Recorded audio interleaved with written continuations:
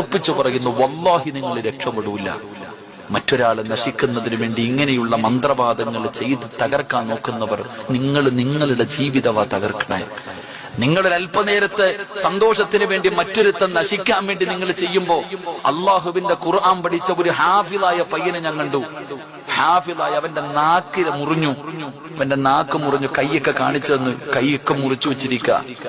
ഞാൻ ചോദിച്ചു, അവൻ ഖുർആൻ പഠിച്ചവനാ. അവസാനം എന്റെ അടുത്ത് പറഞ്ഞു, ഉസ്താദ് ഏറ്റവും വലിയ വേദന എന്തെന്നറിയോ, ഇതിനെക്കാളും വലിയ വേദന എന്തെന്നറിയോ, ഇത് ചെയ്തതാരാണെന്ന് അറിയുമ്പോഴാ ഉസ്താദ് നെഞ്ചു പൊട്ടിപ്പോകണേ. നമ്മുടെ സ്വന്തം ഉമ്മയുടെ സഹോദരി, വാപ്പയുടെ സഹോദരി, സ്വന്തം കൂടപ്പറപ്പ്, ഉമ്മയുടെ ഇങ്ങനെയുള്ളവർ ചെയ്തതായി എന്ന് അറിയുന്ന സമയത്തുണ്ടാകുന്ന വേദന. അവസാനം ഇറങ്ങുമ്പോ എന്നോട് പറഞ്ഞു, ഉസ്താദെ 8 മാസമായി ഇവിടെ കിടക്കാൻ തുടങ്ങിയിട്ട് ഖുർആൻ മറന്നു തുടങ്ങി, ദുആ ചെയ്യണേ, അള്ളാഹു അവന് ഓർമ്മശക്തി കൊടുക്കുമാറാകട്ടെ.